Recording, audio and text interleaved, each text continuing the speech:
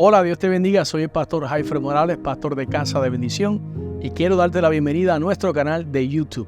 Aquí encontrarás palabras de edificación para tu vida, estudios bíblicos, predicaciones, y juntos podemos disfrutar de lo que Dios ha servido en la mesa.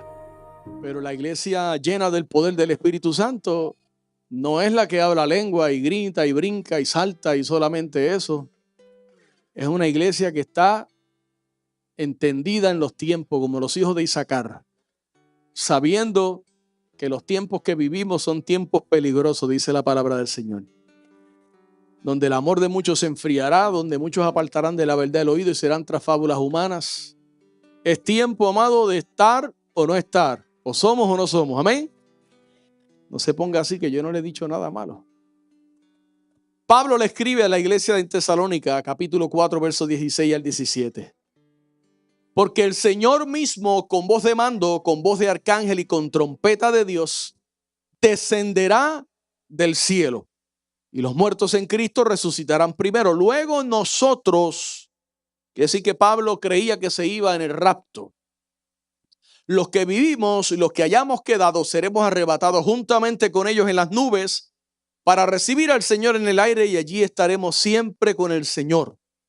Por tanto, alentaos los unos a los otros con estas palabras. El Señor añada bendición a nuestras vidas por medio de su palabra. Puede sentarse.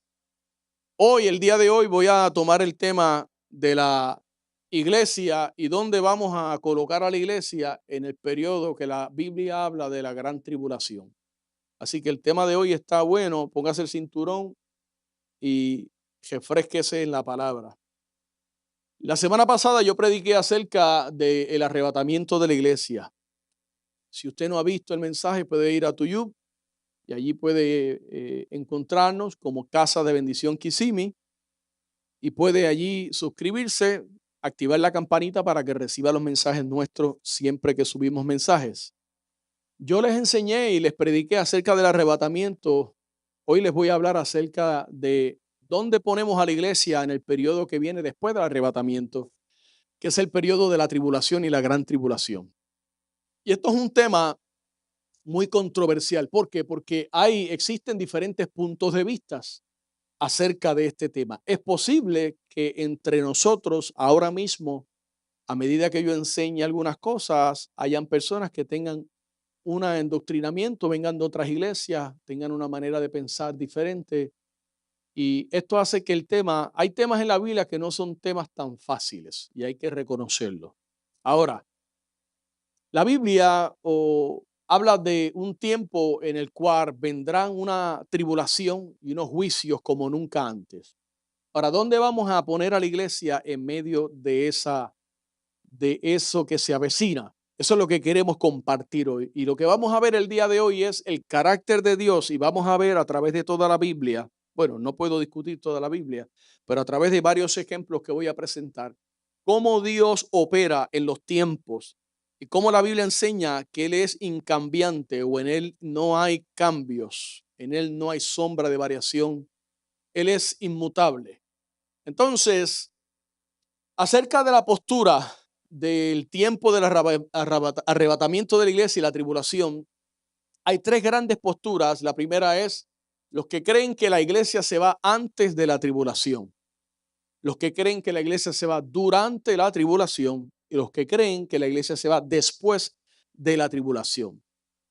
Pre, mid y post tribulación. Ahora, vamos a explicar cómo la Biblia define la tribulación y la gran tribulación. La palabra tribulación habla de un tiempo en el que Dios va a juzgar a todas las naciones gentiles de la tierra, y en ese tiempo va a purificar a su pueblo Israel y lo va a preparar para la segunda venida del Mesías. Entonces es un tiempo donde los habitantes de la tierra que estén aquí para ese tiempo van a sufrir la ira de Dios. Apocalipsis capítulo 3, verso 10 dice: por cuanto has guardado la palabra de mi paciencia, yo también te guardaré de la hora de la prueba que ha de venir sobre el mundo entero para probar a los que moran sobre la tierra. Quiere decir que Dios va a juzgar la tierra con grandes juicios. Ahora, es importante conocer cómo se desarrollan los acontecimientos que están por suceder en la tierra. De ahí la importancia de esta predicación. La Biblia habla de que en el tiempo de la tribulación van a haber 21 juicios. Algunos difieren, dicen que son 24. Lo importante es que van a haber unos juicios de parte de Dios. Entre esos juicios se van a tocar 7 trompetas y cada trompeta va a desatar un juicio.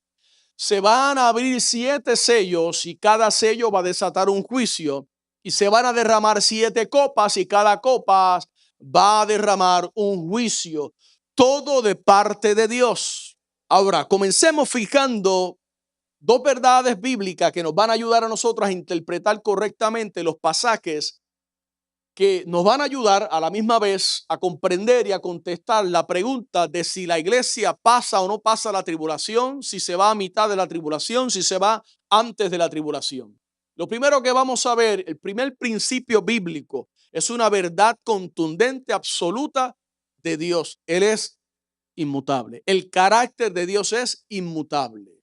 Jesucristo es el mismo ayer, hoy y por los siglos, dice el autor de Hebreos capítulo 13, verso 8. Entonces, inmutable significa que su palabra, su carácter no cambia. En Dios no hay cambios, no hay mudanza, no hay sombra de variación, dice la Biblia. Él es y siempre será. Él es. Ahora, la Biblia dice, el cielo y la tierra pasarán, mas su palabra no pasará. Quiere decir que si yo voy a la Biblia y yo veo a Dios a través de las Escrituras y veo el carácter del reflejado ahí, yo no tengo por qué pensar que si Dios ha operado en su revelación a los hombres a través de los milenios de esta manera, que ahora en el fin de los tiempos Él va a cambiar su carácter. Jesús no cambia.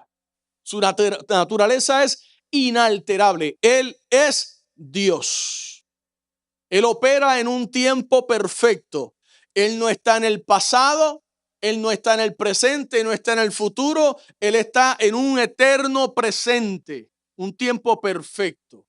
Es el tiempo kairos de Dios. Ahora, Él es perfecto, Dios es perfecto y como es perfecto, no necesita cambios. Usted cambia algo que necesita mejorar o algo que ya pasó de moda o algo que ya no gusta, pero Dios es perfecto. Entonces, establezcamos claramente esa verdad. Por cuanto Dios no cambia, entonces podemos decir que la misma forma que Él actuó en todas las épocas anteriores, a través de todos los siglos, en las dispensaciones antes de esta, será la misma forma en la cual Él seguirá actuando ahora y actuará en un futuro, porque Él no cambia. ¿Está conmigo? En Él no hay mudanza, no hay sombra de variación. La segunda verdad que quiero establecer es que estamos viviendo en los últimos días. La iglesia no le queda mucho tiempo en la faz de la tierra. La iglesia está en un periodo que es el periodo en el cual el novio ha dicho que vendrá a buscar a su novia para llevarla a su casa, a las moradas que él ha preparado. Juan capítulo 14, versículo 1 al 6, habla acerca de ello. Y Jesús dice, yo me iré, prepararé lugar para ustedes, pero dice, vendré y os tomaré a mí mismo para que donde yo estoy ustedes también puedan estar. A la iglesia, en ese tiempo, en ese periodo, en esa espera, estamos ahora la iglesia. Así que esto significa que si estamos viviendo los últimos días, yo tengo que vivir como si Cristo viniera ahora. La semana pasada yo les expliqué acerca de cómo la Biblia dice que Él vendrá en un abrir y cerrar de ojos. Y les hablé de la imposibilidad de poder traducir lo que realmente Dios quiere decirnos a través de ese texto. Porque un abrir y cerrar de ojos es algo que utiliza el autor, inspirado por el Espíritu Santo, para hacernos explicar el zarpazo, el arrebatamiento. Lo rápido que va a suceder, que no se puede medir el tiempo. Pero la Biblia, para que nosotros los mortales lo entendamos, dice, será en un abrir y cerrar de ojos. Yo les hablé de lo que es el tiempo indivisible y les hablé del atomón. Y el atomón tiene 10 milisegundos. Un abrir y cerrar de ojo es aproximadamente 3 milisegundos. Por lo tanto, hermanos, significa que Cristo viene y cuando venga no va a haber tiempo para arreglarse con Él. No va a haber tiempo para arrepentirse. Él viene y se lleva a su iglesia y en ese momento comienza el reloj profético de Dios y empieza a desarrollarse aquí en la tierra lo que se conoce como el periodo de la tribulación, que son 7 años en los cuales, mientras hay 7 años de tribulación en la tierra, hay 7 años de bodas del Cordero en el cielo con la iglesia. En esos 3 años y medio se va a revelar el hombre inicuo, el anticristo. Cuando el anticristo sea revelado, después que la iglesia llena del Espíritu Santo sea quitada del medio, él va a venir a resolver todos los problemas de la humanidad. Va a ser como que el líder que no podíamos creer que existía. La economía, un gobierno, una moneda, una religión, todo parece que se resolvió. Y a los 3 años y medio de ese tiempo de tribulación en el cual hay paz, una falsa paz, se revela el anticristo y se sienta en el trono en Jerusalén y pide que le adoren. Y entonces comienza la gran tribulación donde vienen los juicios de parte de Dios aquí en la tierra. Entonces, ¿qué significa que estamos viviendo los últimos días? Significa, yo les predicaba la semana pasada, que habrán 2 mujeres moliendo en el molino y la una será tomada y la otra será dejada. Habrán 2 hombres en el campo y el uno será tomado y el otro será dejado. ¿Qué significa? Que el ser humano estará en su cotidianidad, no pensando que el Señor viene y de sorpresa vendrá. Uno será tomado y otro será dejado. El fin de los tiempos significa que vienen juicios que se van a derramar sobre la tierra como nunca antes. Millones y millones de pecadores van a perecer en la tribulación que se avecina. La iglesia tiene que estar preparada para la venida del Señor ahora. No el martes después del fin de semana largo de pachanga.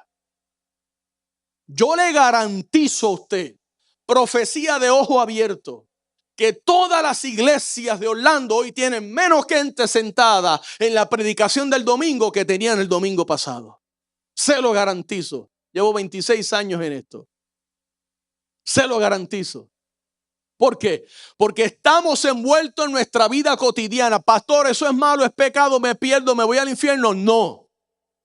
Pero lo que quiero revelar es el corazón de la iglesia y la condición del corazón de la iglesia en los tiempos justo antes de la venida del Señor.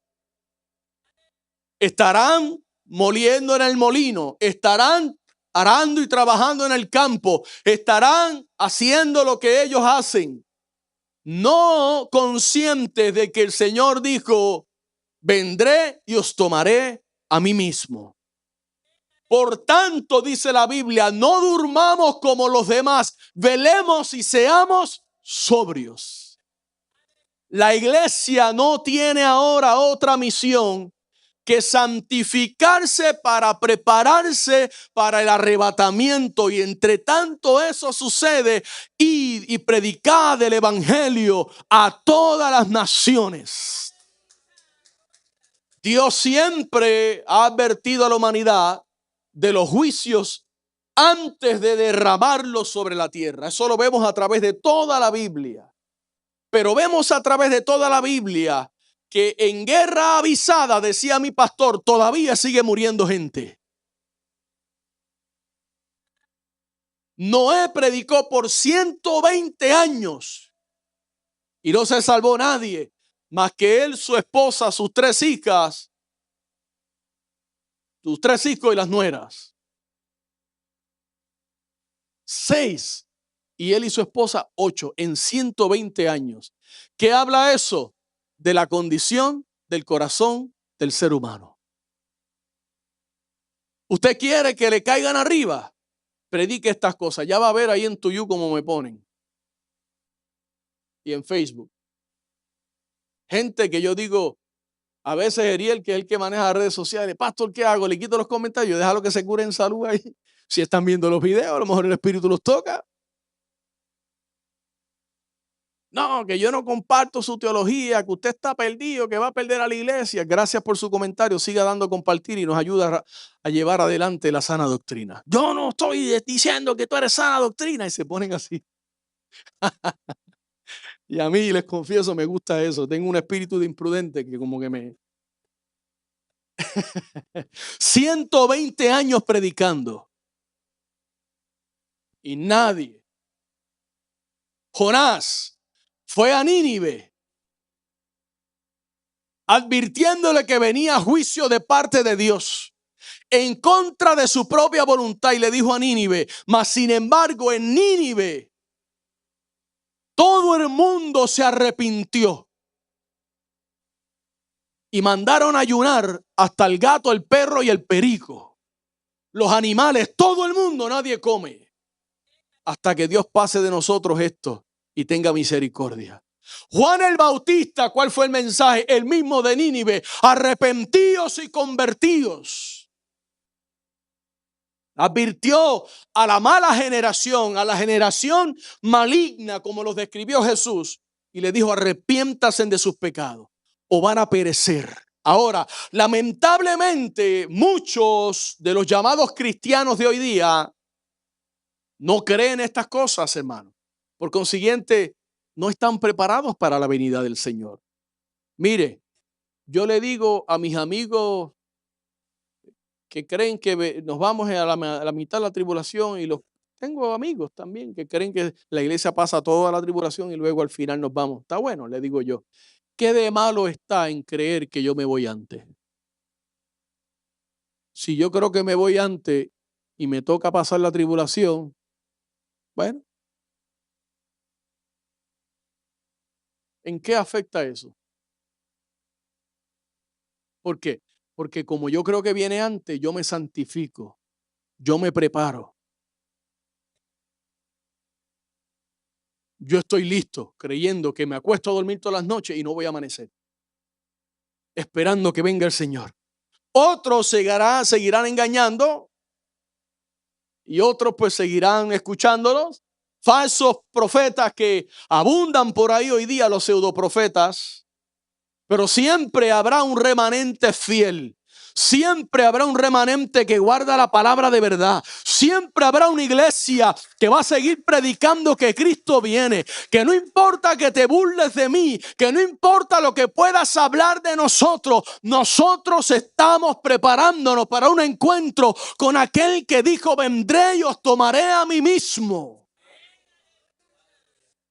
Entonces, iglesia, hay un remanente guiado por el Espíritu que guarda la palabra, que no la vende, que entiende que falta poco tiempo y que debemos de estar preparados. Como dice Marcos 1:15, el tiempo se ha cumplido y el reino de Dios se ha acercado. Arrepentíos y creed en el Evangelio. Ese es el mensaje de la Biblia. Yo no le puedo predicar otro. Puedo, pero no lo voy a hacer para hacerlo sentir bien. Entonces, para responder concretamente a la pregunta, ¿dónde ponemos a la iglesia? Vamos entonces a analizar el comportamiento, el carácter de Dios desde la antigüedad, y vamos a sacar nuestras propias conclusiones. Vaya conmigo al libro de Génesis capítulo 18 y vamos a ver los juicios de Sodoma y Gomorra. Génesis 18, 23 al 26. Génesis 18, 23 al 26. Y se acercó a Abraham y dijo: ¿destruirás también al justo con el impío? ¿Se acuerdan la historia? Abraham sabe que viene juicio de Dios para Sodoma y Gomorra, y allí está su sobrino Lot, y se altera y dice, pero ¿cómo es posible? Lot va a caer muerto bajo los juicios de Dios, y Abraham, que era amigo de Dios, se pone, yo no veo esto en ningún otro pasaje de la Biblia. Yo veo a Dios reclamándole a Job, pero como Abraham, que se fue pico a pico con Dios, y le dice, ¿destruirás también al justo con el impío? Quizás haya 50 justos dentro de la ciudad. ¿Destruirás también y no perdonarás al lugar por amor a los 50 justos que están dentro de él? Verso 25. Lejos de ti el hacer mal. Parece que Abraham conocía el carácter de Dios. Lejos de ti el hacer mal a los justos. Ese no es el Dios que yo conozco. Que hagas morir al justo con el impío, y que sea el justo tratado como el impío, nunca tal hagas. El juez de toda la tierra no ha de hacer lo que es justo. ¿Qué implica el texto? Lea conmigo, léalo, métase el texto. ¿Qué implican las palabras de Abraham? No es Dios, es Abraham, ciertamente es Abraham. Pero Abraham está diciendo, si tú lo haces, ya no podría ser llamado Dios justo. Y miren lo que dice el verso 28, cuando responde Jehová: si hallare en Sodoma 50 justos dentro de la ciudad, perdonaré a todo este lugar por amor a ellos. Pregunto, ¿habían 50 justos? El que le entiende, no habían 50 justos. Sodoma estaba a punto de ser destruida por el juicio de Dios. ¿Por qué? Debido a su condición pecaminosa. Nada trae el juicio de Dios como el pecado. Y al enterarse de los planes de Dios, Abraham entonces decide ir y hablar con Dios. Se le ocurre la maravillosa idea. Y le hace 3 preguntas. ¿Destruirás también al justo con el impío? ¿Destruirás también y no perdonarás al lugar por amor a los 50 justos que están dentro de él? ¿No ha de hacer lo que es justo? Fíjense las preguntas de Abraham. Recordemos que por algo Abraham se le llamaba amigo de Dios. Abraham conocía a Dios. Es decir, lo que estas preguntas demuestran es que Abraham lo conocía. Como diciendo, me vas a sorprender ahora y ya no vas a ser el Dios que siempre conocí, justo. Y Lot estaba allí en un lugar impregnado de pecado. Y Abraham sabía que en el carácter de Dios no había espacio para la injusticia. Usted sabe que Dios es un Dios que no obra injusticia. Es un Dios justo. Y dice, de alguna manera, él le plantea a Dios, a Abraham, lo que él creía. Que no era posible que un Dios justo hiciera perecer al justo junto con los pecadores. Ahora, Lot, el sobrino de Abraham, representa a la iglesia del Señor, que es luz del mundo, que es sal de la tierra, pero que hemos sido enviados, palabras textuales de Jesucristo, como ovejas en medio de lobos. Lot representa a la iglesia pura, justa, sin mancha, en medio de un mundo oscuro, lleno y cargado de pecado. Y Abraham, por otra parte, representa o es una figura de Cristo. ¿Por qué?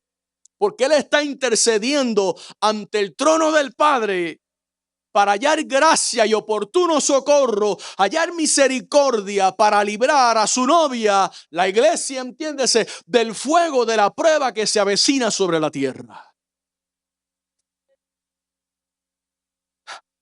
Dios es el juez justo. Él es el juez justo que sabe hacer justicia. Y pareciera demostrar, amado, estar de acuerdo con el sentir de Abraham cuando le responde: si hallar en Sodoma 50 justos dentro de la ciudad, perdonaré. Pregunto yo, ¿será que Dios no sabía que no habían 50 justos? Claro que lo sabía, iglesia. Él es Dios. Dios sabía que no habían 50, ni habían 20, ni 10, ni 5. Entonces, los juicios de Dios están reservados para los impíos y no para destruir a los justos. Fíjese el verso número 7 al 8, segunda de Pedro, capítulo 2, versículo 7 al 8.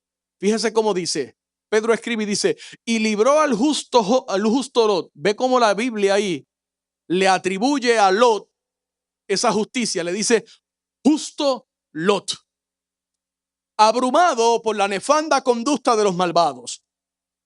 Porque este justo que moraba entre ellos afligía cada día su alma justa, viendo y oyendo los hechos inicuos de ellos. Quiere decir que Job estaba como la iglesia, viendo cómo le hacen altares al aborto, viendo cómo se le hace altares al movimiento LGTB o al DEI o a los movimientos estos de supuestamente justicia social, y se ponen en plataformas y en pedestales. Y a lo malo llaman bueno y a lo bueno llaman malo. Lot no sería quizás el más consagrado de los creyentes, pero temía a Dios y no participaba en la maldad de la tierra. Mire, Dios no solo escuchó la oración de Abraham por su sobrino, sino que le envió ángeles para que le advirtieran de lo que estaba pronto por suceder. Y lo vemos allá, Génesis 19:15, y a rayar el alba, los ángeles daban prisa a Lot diciendo, levántate, toma a tu mujer y tus 2 hijas para que se hallan aquí, para que no perezcan en el castigo de la ciudad. Amado, yo le pregunto, ¿usted está alcanzando a ver lo que yo veo? ¿Cómo Dios libra al justo del juicio? Y dentro del plan de Dios estaba que esos ángeles libraran a Lot y libraran a su familia de la tribulación que iba a venir sobre Sodoma y Gomorra. No fue sino, ¿verdad?, hasta que Lot llegó a tierra de Zoar, que allí el juicio de Dios entonces se desata sobre Sodoma y sobre Gomorra. Primero Dios salvó a Lot. Primero Dios salvará a la iglesia. Y luego vino la tribulación sobre Sodoma y Gomorra. Entonces podemos decir que la norma de Dios es que el justo no perezca con el impío. Esa es la norma que establece Dios. Cristo dijo, Lucas capítulo 17, verso 28 al 30.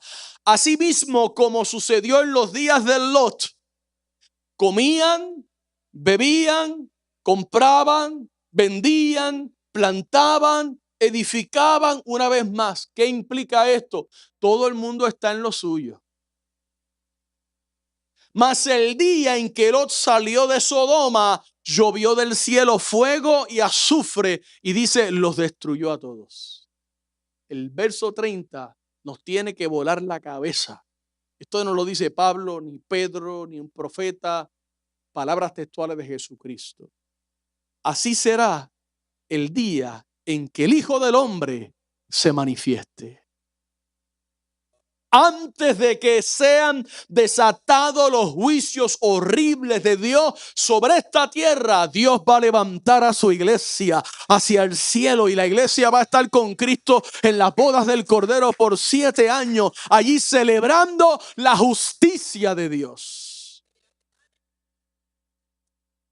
Y Dios ya no enviará a los ángeles con voz de alerta como envió a Lot, pero envía a la iglesia con voz de alerta para decirle al mundo, Jesucristo viene pronto. Para esto estamos nosotros aquí. Por eso salimos transmitiendo en vivo, para advertirle de que Cristo viene pronto. No son cuentos de hadas, no es un cuento de barrio. Cristo viene pronto. Y lo vemos aquí, como Dios libra al justo y no perece con el pecador. Vemos otro ejemplo, vemos el diluvio. El juicio del diluvio, Génesis capítulo 6, versos 5 al 7. Recuerda que estamos de alguna manera queriendo ver el carácter de Dios en medio de estas historias bíblicas, para llegar a nuestra conclusión. Dice el verso 5 de Génesis 6, y vio Jehová que la maldad de los hombres era mucha en la tierra, y que todo designio de los pensamientos del corazón de ellos era de continuo solamente al mal. ¿Será que se parece a hoy día? Verso 6. Y se arrepintió Jehová de haber hecho hombre en la tierra, y le dolió en su corazón. Y dijo Jehová, raeré de sobre la faz de la tierra a los hombres que he creado, desde el hombre hasta la bestia, y hasta el reptil y las aves del cielo, pues me arrepiento de haberlos hecho. Dios estaba enojado. no estaba contento. Me da un poquito de agua. No estaba contento. Quiere decir que ciertamente donde abunda el pecado, sobreabunda la gracia, pero eso es para el pueblo de Dios.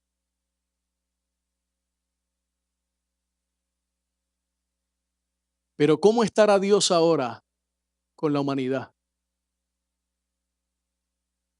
Yo quiero de alguna manera sacudirle a usted la caspa teológica esa, del diosito ese, diosito de amor, el diosito de amor. Sí, él es amor, pero él es fuego consumidor. Y Dios, el carácter de él aprendimos que es inmutable. Quiere decir que lo que no le gustó a él en el pasado, no le gusta ahora y nunca le va a gustar tampoco en el presente, en el futuro. Porque el pecado atrae los juicios de Dios. Existe un común denominador que vemos en estos dos casos que hemos hablado. Primero que nada, el tiempo de Sodoma y Gomorra fue el pecado desenfrenado de los moradores de la tierra, lo que hizo, ¿verdad?, que el juicio de Dios viniera, y bueno, ya conocemos que ocurrió lo que ocurrió. Pero en el diluvio ocurrió exactamente lo mismo, otro juicio de parte de Dios. Y estamos viviendo los tiempos donde a lo malo se le llama bueno, repito, y a lo bueno se le llama malo. Eso no me preocupa porque eso me dice a mí que la Biblia es real. Ahora, hoy, preservarle la vida a un bebé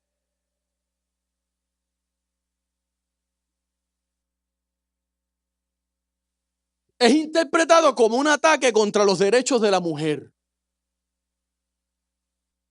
Ahora, matar al niño en su vientre o inclusive después de haber nacido, eso es algo digno porque es su cuerpo y ella decide sobre su cuerpo. ¿Me hago entender?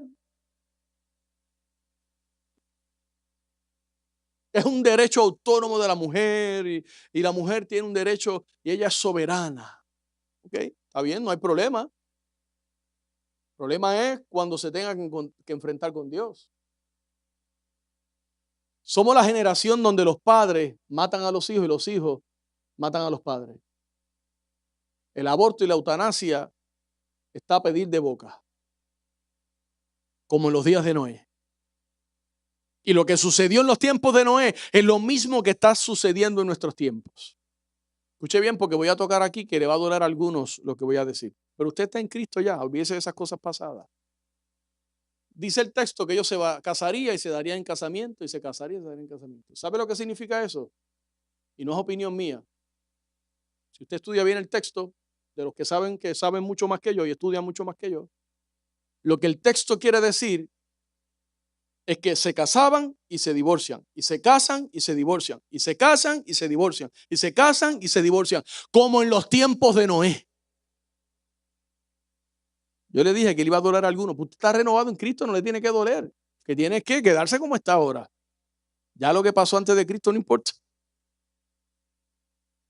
Lo que sucedió en los tiempos de Noé es lo mismo que está sucediendo hoy día. En los tiempos de Noé, Dios estaba preparado para acabar con todo lo que tuviera vida.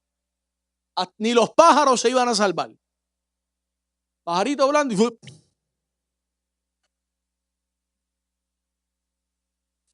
Acto seguido, ¿qué hace Dios? Me encanta, hermano. Es que usted me ve aquí, pero yo estoy aguantado. La Biblia dice que los ojos de Jehová recorren la tierra.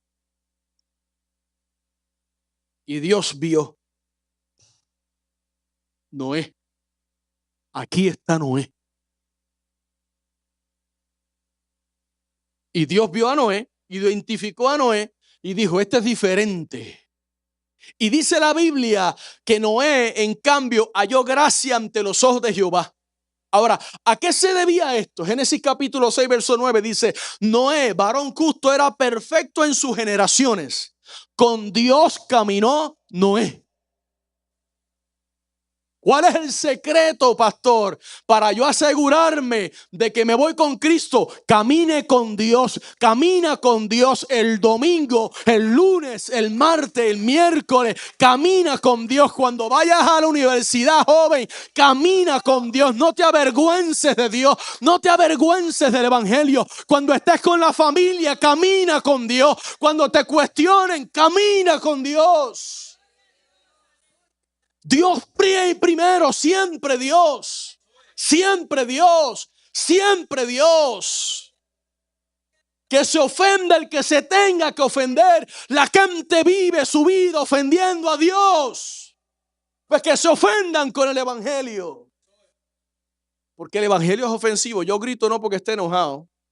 Usted sabe que es que me sale la sangre boricua esta que llevo. Pero no estoy enojado con nadie. El secreto, pastor, ¿cuál es el secreto? No hay secreto. Camina con Dios, congrégate, lee la palabra, ora, ayuna, vigila, busca a Dios. Apártate del mundo asqueroso, apártate de las fiestas asquerosas, apártate de las cosas pecaminosas. No hay secreto. Llevas 7 años en la iglesia y tropezando con lo mismo y sigues con lo mismo. Arréglate con Dios, ese es el secreto. Cultiva una vida de oración. Intercede por las naciones, ora por tu pastor, ora por la iglesia, ora por la adoración. Pero lamentablemente está escrito que en los días antes de la segunda venida de Cristo, las condiciones de la humanidad serían similares a la generación de Noé. 120 años. Y nadie se salvó. Lamentablemente. Sabemos que así serán los días cerquita, los días próximos a la tribulación. En los días de Noé el juicio cayó, pero Noé y los suyos escaparon. ¿Cómo escaparon? ¿Cómo escaparon? Dígalo, ¿en qué escaparon? El arca. ¿Y quién la preparó? Noé la preparó. Prepara tú tu arca. Prepara tu casa y tu familia. Prepara tu vida. El arca, símbolo de Cristo, sí, pero Noé tuvo que fajarse. Tuvo que prepararla. Tuvo que trabajar con sus manos. Y los impíos perecieron. Lo mismo sucederá en estos tiempos. Millares. Iglesia, mira, solamente uno de los juicios. No voy a entrar a dar la historia o enseñanza de los juicios. Solo un juicio hará, un juicio que una tercera parte de la tierra, un juicio nada más. Tutti morti forti. Chequeé la calculadora ayer, vemos 8.2 billones de personas sobre la faz de la tierra. Están tratando ahora de hacernos alérgicos a la carne con todas las garrapatas esas que está preparando Bill Gates. Suena loco, usted lea y entiéndase. La Biblia, repito, usted tiene que ser entendido en los tiempos. Lea la Biblia, pero vea noticias también. Si te pica una de esas garrapatas, ya no vas a comer más carne en tu vida porque te vas a convertir alérgico a la carne.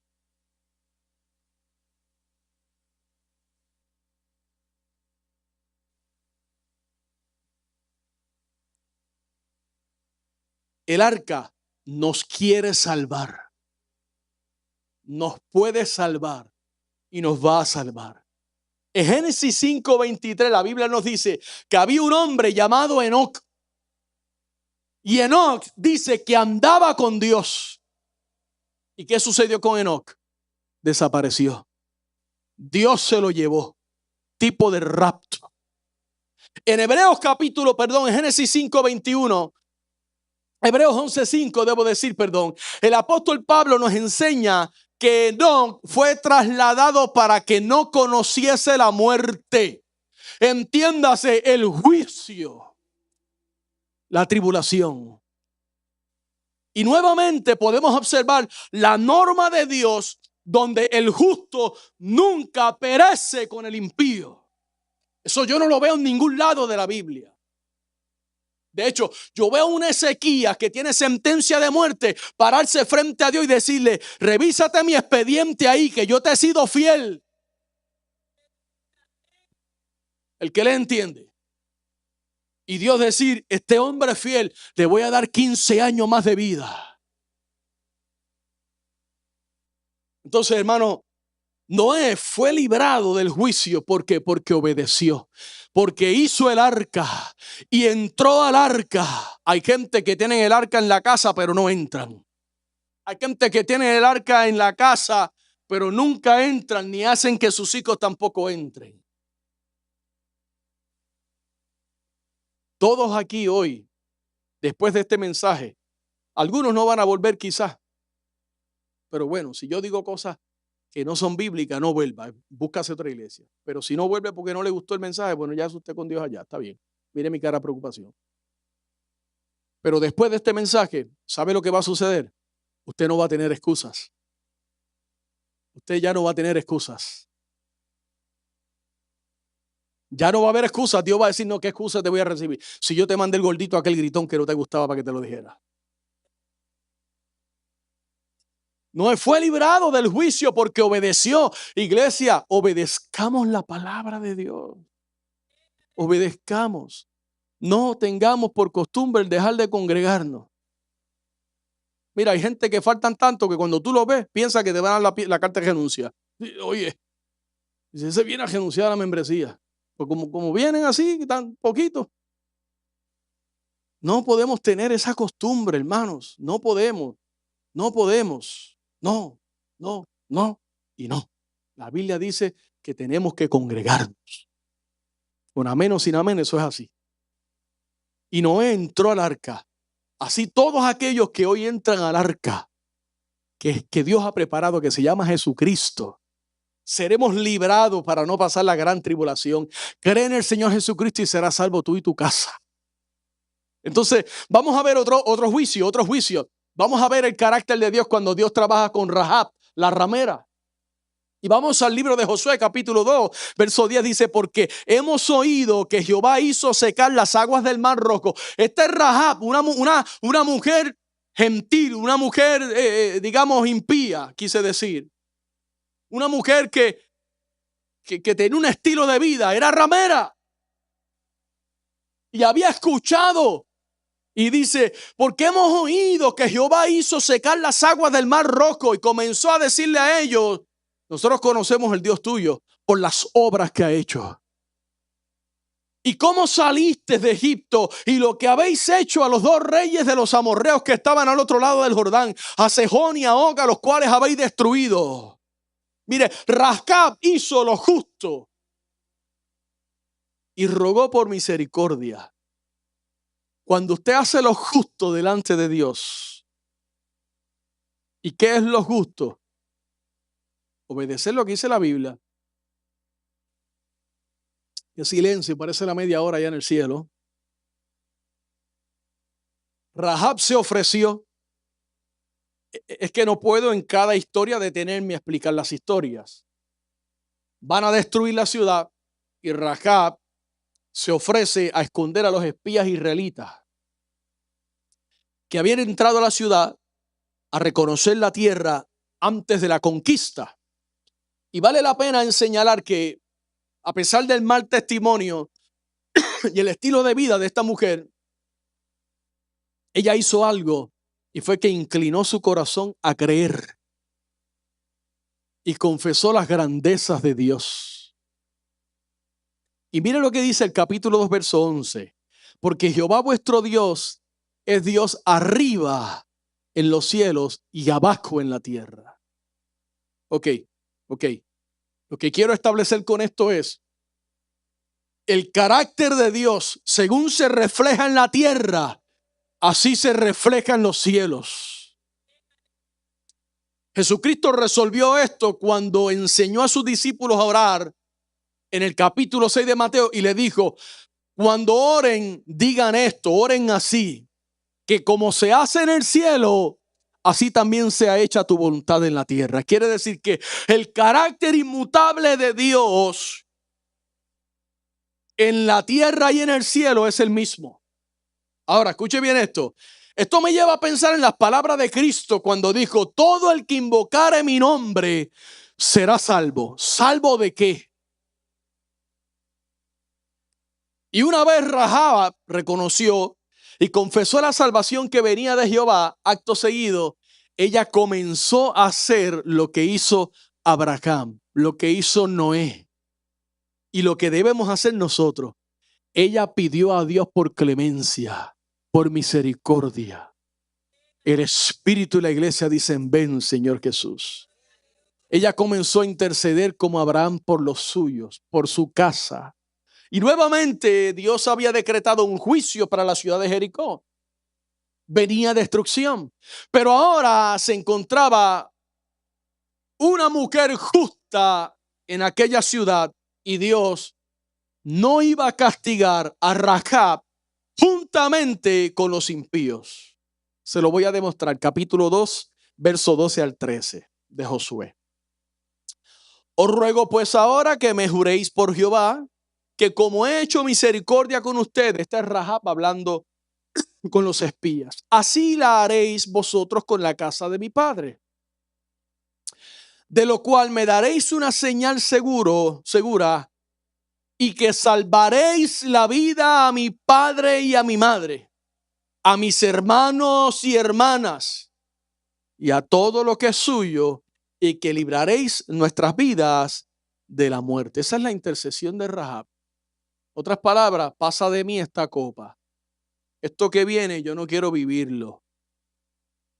Y vemos que Rahab alcanzó misericordia, porque ya Dios ya no veía a Rahab como una ramera.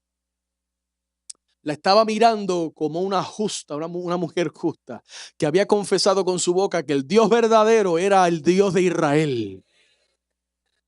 Y que ahora ese era su Dios y era su Señor.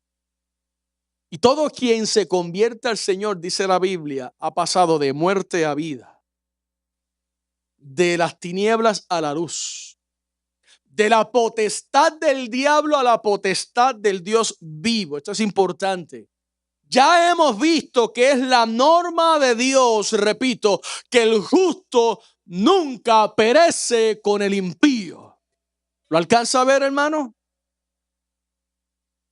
Rahab tendría la marca que les iba a dejar saber a ellos, esta es mi casa, cuando venga el juicio van a ver la marca para que no destruyan mi casa. Cuando vengan, acuérdense que yo soy aquella mujer que pedí clemencia y misericordia y reconocí que el Dios de Israel era también ahora mi Dios.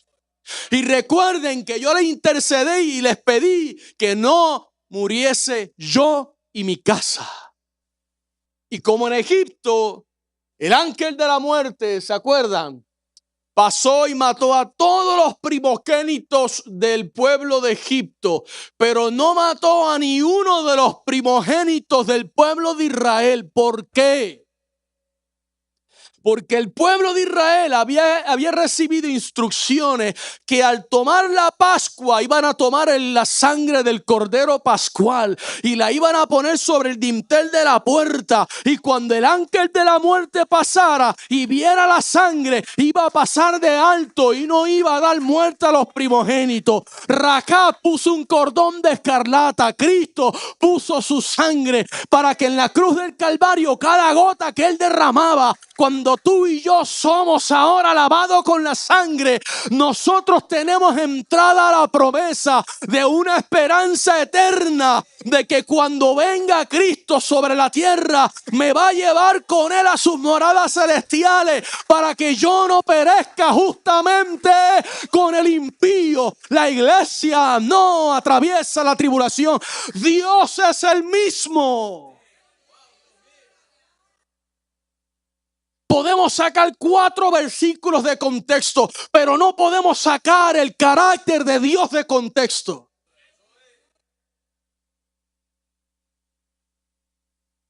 Repito, grito no porque esté enojado.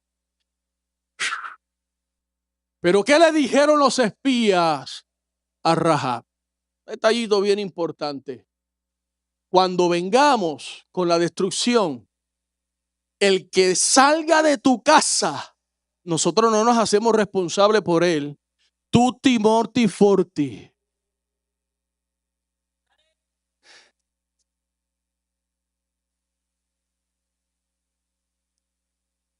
Por eso yo les pido que me toleren.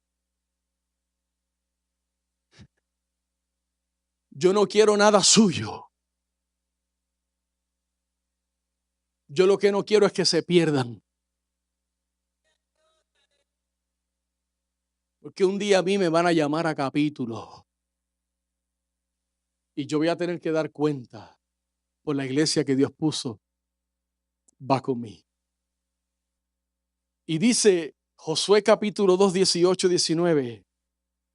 He aquí, cuando nosotros entremos en la tierra, tú atarás este cordón de grana a la ventana por la cual nos descolgaste.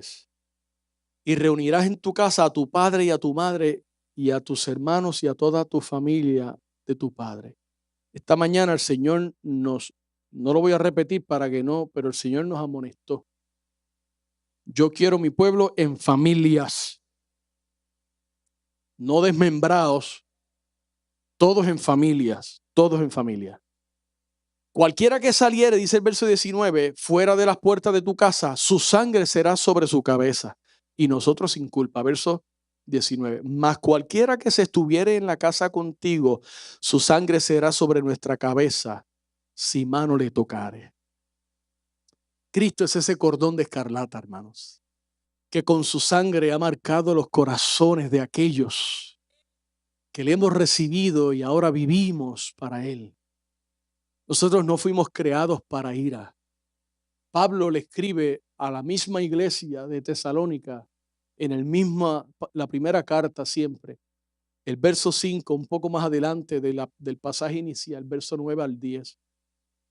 Y Pablo dice, porque no nos ha puesto Dios para ira, sino para alcanzar salvación por medio de nuestro Señor Jesucristo, quien murió por nosotros para que ya sea que velemos o que durmamos, vivamos juntamente con Él.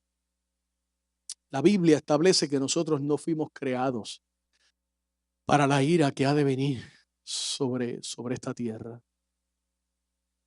Todos los que hemos sido lavados en la sangre de Cristo, que hemos vivido en nueva vida para Él, todos, escúcheme bien, seremos librados, hermanos, de los tiempos de tribulación que están por venir sobre esta tierra.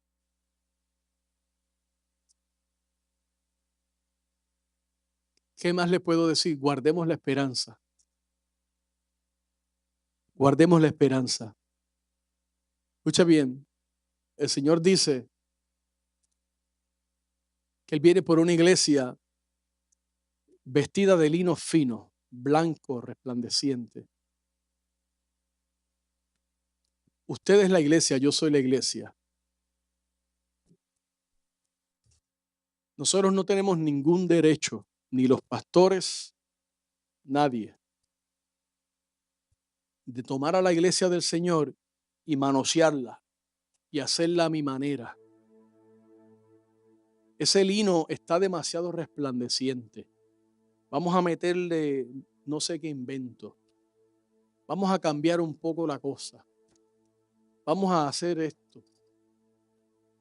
Y cuando venga el Señor y vea su iglesia, dice, pero ven acá, si esta no es la que yo dejé. Esta no me la puedo llevar. Esta no me la llevo, no. Esta no es mi iglesia. ¿Dónde está mi iglesia? Cuando venga el Hijo del Hombre a hallar fe en la tierra. Guardemos la palabra, iglesia. La palabra de su paciencia. Caminemos de la mano de Dios sin perder la esperanza. Esperanza en que en sus promesas, que Él dijo que Él vendría por nosotros. Primera Tesalonicenses 1:10, el mismo apóstol le escribe a la iglesia y le dice, y esperar de los cielos a su Hijo, al cual resucitó de los muertos, a Jesús, quien nos libra de la ira venidera. La iglesia ya ha sido en Cristo predestinada para estar con Él, no para sufrir la ira y los juicios de Dios. Porque Dios no envió a su Hijo al mundo para condenar al mundo, sino para salvarlo. Y dice que todo el que cree ya ha sido perdonado. 3:18 dice, el que no cree ya ha sido condenado.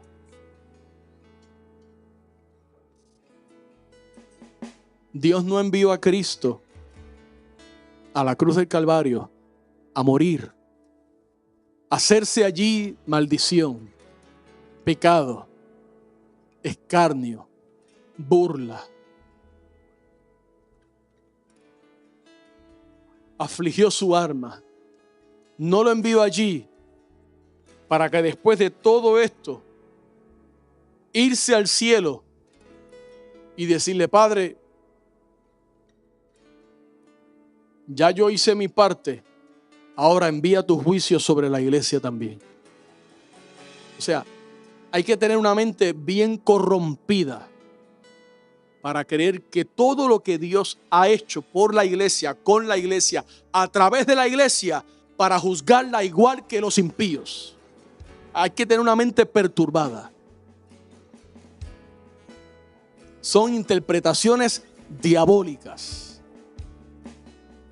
Primera Tesalonicenses 1:10. Quien nos librará de la ira, quien nos libra de la ira venidera. Concluyo con esto. Rahab tenía un cordón de escarlata, que eso le ayudó como un tipo de cobertura de vida para no perecer. Noé tenía un arca donde pudo refugiarse para no perecer. Lot tenía un tío que intercedía y ángeles que guiaron cada paso para no perecer en Sodoma y en Gomorra. La pregunta es, ¿y tú? ¿Qué tienes? ¿A quién tienes? Póngase de pie conmigo. Hola, sé que esta palabra ha sido de grande bendición para tu vida y quiero invitarte a que nos visites presencial a nuestras facilidades. Estamos ubicados en el 2525 de la Fortune Road en Kissimmee, Florida, 34744. O puedes comunicarte llamando al 407-483-7845. Bendiciones.